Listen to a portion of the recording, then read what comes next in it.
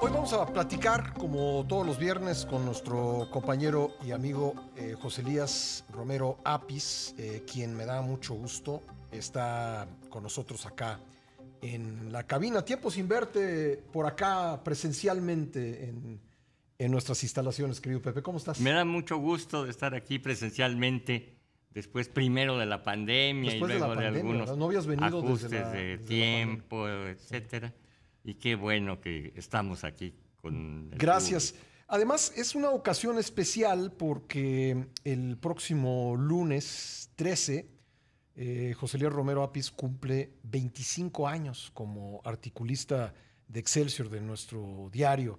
Y bueno, pues quisimos aprovechar también, vamos a hablar de ello, de esta larga trayectoria. Los viernes hablamos con él de su artículo que se publica los viernes. Siempre has escrito los viernes en Excelsior, ¿no? Siempre desde hace 25 años, Sí. los... Qué aguante, ¿eh? bueno, que aguante de los lectores y que aguante de esta noble casa de tenerme con su hospitalidad. Oye, pero escribir cada semana, porque además tú no fallas, tú has escrito, lo sé, me lo has contado, has escrito en aviones, has escrito en barcos, has escrito hasta en la cama de un hospital. En ocasiones sí, hasta en el hospital hemos tenido que escribir para estar en nuestra cita de los viernes con nuestros lectores. Bueno, y la de hoy, el texto de hoy llama, como siempre sucede con los artículos de José Luis Romero Apis, a una profunda reflexión. Él toma como punto de partida algo de lo que estábamos hablando hace apenas un momento, del terremoto en Turquía y Siria, y de ahí lo enganchas con el recuerdo que todos los que pues tenemos, que diré, más de 40 años, tenemos muy presente el terremoto del 85 en México, que no solamente fue un movimiento telúrico que causó una gran destrucción, mató a muchísimas personas, no sabemos realmente cuántos murieron, sino fue un terremoto social y político. Y tú así lo planteas en tu texto titulado El milagro de la vida, querido Pepe. Efectivamente, Pascal, son precisamente las desgracias colectivas, las tragedias, las catástrofes, las que ponen a prueba, a verdadera prueba, lo que es un gobierno, pero no solo un gobierno, lo que es también otros protagonistas de la vida colectiva. Hasta 1985, terremoto, los mexicanos teníamos la idea de que nuestro gobierno, en primer lugar, podía todo. Y segundo, que era el responsable de hacer todo. Y que si no lo hacía, no era por falta de posibilidades, sino por falta de ganas, pero que era omnipotente. A partir del 85 nos dimos cuenta que no podía todo. Es más, que en el 85 casi no pudo nada, ni prever, ni rescatar, ni consolar, ni resolver, etcétera. Pero que aparece otro protagonista importantísimo a partir de ese momento mexicano, que fue nuestra sociedad civil. Una sociedad civil de veras que nos puede enorgullecer, que salió a servir, que salió a rescatar, no salió a pedir nada, salió a entregar. Y desde entonces hemos visto a la sociedad civil mexicana en momentos de catástrofe que no sale a manifestarse, no sale a protestar, no sale a ver en qué puede ayudar. En los momentos bonitos, todos los gobiernos lucen. En el momento de la inauguración, es bonita la fotografía, es bonita la ceremonia, es interesante el discurso, el corte del O listón. cuando presentan buenos resultados de algo, Claro. ¿no? Ahí todo el mundo luce. Pero cuando se derrumba esa obra, cuando se cae esa obra que se inauguró, entonces es cuando ves en realidad quién es ese gobierno, qué hace ese gobierno, cuánto se tarda en resolver. Resuelve, es eficiente, es rápido, es atingente, pero lo mismo otros protagonistas. La sociedad civil, a la cual ya me referí, los medios.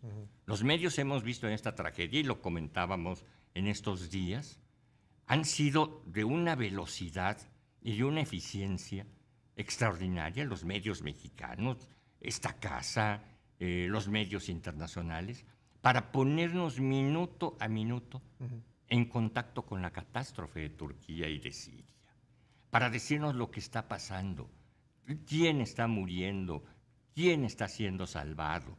Es decir, en algo no programado, no es un evento para el que tenían listas sus cámaras, sus corresponsales, ni siquiera sus boletos de avión, sino que fue de un instante a otro en el que tuvieron que cubrirlo. Ahí ves cómo funcionan los medios, cómo funciona la sociedad civil, cómo funciona el sistema de salud, cómo funciona el sistema de gobierno. Bueno, y estamos escuchando, de hecho, desde Turquía, pues muchas críticas al gobierno turco encabezado por un hombre fuerte, un hombre pues incluso muy autoritario, que es el presidente Erdogan, y cómo pues se ha cortado la señal de Internet para que esas críticas y las imágenes que salen de la zona de desastre pues Claro. no repercutan en la imagen del presidente turco. Porque esto se refleja, estas catástrofes también tienen un efecto político muchas veces incalculable. Es posible que la caída de Somoza en ello haya tenido más que ver los terremotos de Nicaragua que los discursos de Daniel Ortega. En España, el bombazo del metro en la estación de Atocha cambió el rumbo de las elecciones de un día para otro. Sí. Es decir, el favorito perdió. Sobre todo por la respuesta, la mala respuesta. La mala respuesta. Yo recuerdo en el 85 el silencio, el silencio inicial. Sí. Mientras la sociedad, como tú dices, salía a entregarse, el gobierno callaba. Y cayó por muchas horas. Y ese silencio fue políticamente muy importante su repercusión. Tan importante que en ese terremoto, que fue local, no afectó a toda la nación, sino tan solo a la Ciudad de México. Bueno, en la siguiente elección, es decir, casi 3 años después apenas, el invencible PRI perdió la capital de la República y no la ha vuelto a recuperar. Es decir, ha tenido problemas a partir de ese momento. Es decir, esa tragedia cambió el panorama político y electoral de una región del país tan importante como es nuestra capital. Cuentas otra cosa muy interesante en tu texto de hoy y que se refiere al título, El milagro de la vida. Dices que estuvo en México la primera dama estadounidense, Nancy Reagan, y que se regresó a Estados Unidos muy impresionada por los bebés que se rescataron entre los escombros, que fue una de las historias periodísticas más relevantes de aquel terremoto, y que le comentó al presidente Ronald Reagan sus impresiones, y que él tomó esa información y la utilizó en su turno en la Asamblea General de las Naciones Unidas. Efectivamente, la señora Reagan había hecho una visita pues, de cortesía solidaria a México a los 3 o 4 días del terremoto, y ese día tocó en coincidencia que fueron rescatados, empezaron a ser rescatados bebés recién nacidos que estaban bajo las losas de los escombros de los hospitales derrumbados, donde estaban todos los adultos muertos, sus madres, sus médicos, sus enfermeras, y los bebés habían sobrevivido. En ese momento, la ciencia médica todavía no se daba una explicación de cómo habían podido sobrevivir 4 días en esas condiciones. Después ya tuvo respuestas, y respuestas que cambiaron la ecuación de la neonatología. Es decir, de cómo reacciona el cuerpo en los primeros momentos. Acabamos de ver un caso en Turquía. En Turquía. Una niña recién nacida en los escombros. Que ahora tiene una explicación. Sí. En esos momentos se veía exclusivamente como un milagro, y no deja de ser un milagro, ¿verdad? El funcionamiento de la naturaleza del cuerpo. Pero impresionó tanto a la señora Reagan que se dice que al llegar a su casa, ya tarde, pues son vuelos largos, lo comentó con su esposo, muy conmocionada, muy conmovida. Y él también lo sintió porque era algo impresionante para todos los que lo escuchaban. Y eso le hizo imaginar su discurso en la ONU en busca de la paz y ya no de la guerra, como estaban enfrascados en un juego de vencidas en esos instantes la entonces Unión Soviética y los Estados Unidos, con la llamada Guerra de las Galaxias. Es decir, el llenar el espacio de misiles, de bombas atómicas, que afortunadamente y a partir de ese momento, entiendo, se desarmó el espacio. Es decir, se desnuclearizó el espacio. Dices que ese es el mejor discurso, aquí te leo, hoy se le considera como el mejor discurso de Ronald Reagan y para algunos el mejor que se ha escuchado en la ONU, y dices también que es el mejor discurso sobre el terremoto del 85. No lo pronunció un mexicano, sino un extranjero y en el extranjero. Muchos estudiosos de los discursos, así se los he escuchado, se los he leído, de que fue el mejor discurso de Reagan durante sus 8 años de mandato, que es el mejor discurso que se ha pronunciado en la ONU, el más lleno de humanismo, el más acorde con la idea de lo que debe ser la organización internacional. Y bueno, los mexicanos en ese momento, repito, no podíamos decir ni discursos, y ese fue un discurso de algo muy importante que sucedió en México, que fue el volver los ojos sobre el milagro de la vida. A ver, escuchemos unos segundos de este discurso que lo recuperamos en internet. Ahí está el presidente Reagan, 1985, hablando ante la Asamblea General de la ONU. The painful truth is that the use of violence to exercise and to preserve power remains a persistent reality in much of the world. Dice que el uso de la violencia para tomar el poder es una realidad persistente en buena parte del mundo. Es como tú dices, Pepe, un discurso de paz, ¿no? Un discurso que apuntaba a la paz. Un discurso de paz insólito en un presidente como Ronald Reagan. Sí. Y te repito, un discurso que entiendo que a partir de ese momento comenzó entre Rusia, la Unión Soviética de entonces y los Estados Unidos, el deseo de desnuclearizar el espacio. ¿Qué tanto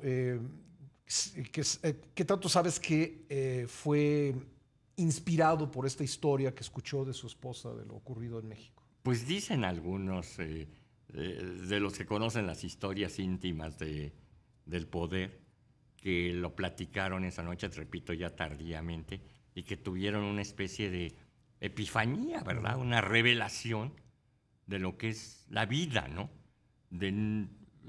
Muchas veces cuando las tragedias pensamos mucho en la muerte, llevamos la estadística de la muerte y no la estadística de la vida. Casi nunca hay una estadística de los rescatados, a cuántos rescatamos, sí, de a cuántos le salvamos la vida, sino nada más la estadística de los entierros.